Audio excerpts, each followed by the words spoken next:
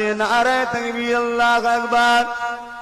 এ নওজওয়ানেরা, সেখানে একটা ঝান্ডা রয়েছে, লা ইলাহা ইল্লাল্লাহ মুহাম্মাদুর রাসূলুল্লাহ।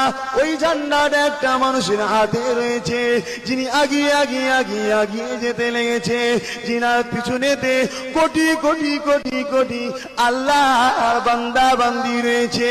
আল্লাহ রসুলের দলের কাতারে গিয়ে দাঁড়ালে রাসূলুল্লাহ বললে, এ আমার সাহাবারা, আমি আবু বকর, আবু বকরের কলিজার টুকরা, আমি রাসূলুল্লাহ 30 পোস্টের বাচ্চা। ওই আবু বকর আসছে, যে আমার জন্য আমি রাসূল অপেক্ষায় রত। এই নওজওয়ানেরা রাসূলুল্লাহ দলের সঙ্গে মিশে গেল।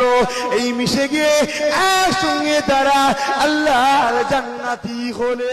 আমি আব্দুল মাহবুব দেখতে পেলাম।